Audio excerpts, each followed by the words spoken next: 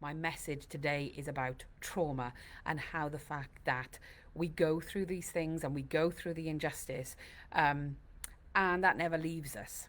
You know, I thought I dealt with an awful lot until I heard some of these stories coming up in these auditions today. And clearly it needs a little bit more work, because actually listening to some of the experiences that span, you know, children being put onto child protection plans because the social worker doesn't understand autism. So one particular one that we're focusing on is an autistic girl who masked, which is a very common presentation for girls, and I appreciate it's there in boys as well.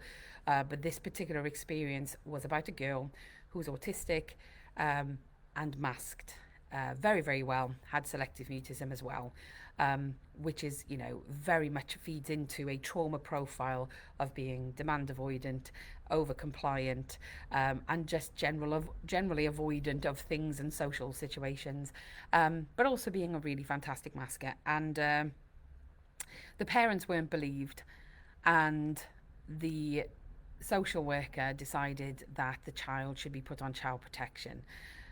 She raised it with the Child Protection Committee, who said the family do not meet the threshold. So this particular social worker was really aggrieved by that, because she felt they did meet the threshold. And so she started to fabricate evidence. And through fabricating evidence, and actually fabricating stories without evidence, should I say, through a data subject access request, the family found that this social worker was actually emailing and calling other people who were linked to the case, so other stakeholders, to ask them to create evidence so that the family could be put on a child protection plan. Nobody in their right mind can defend that practice. The parents were incredibly tenacious. They have the most strength I've ever seen, I think, in a SEND family, and they fought the system all the way. They were under enormous amounts of pressure from social care to stop complaining about their conduct. They threatened to take all of their children off them if they didn't stop complaining about the conduct.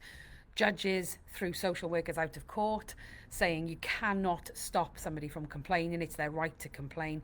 This case was complex.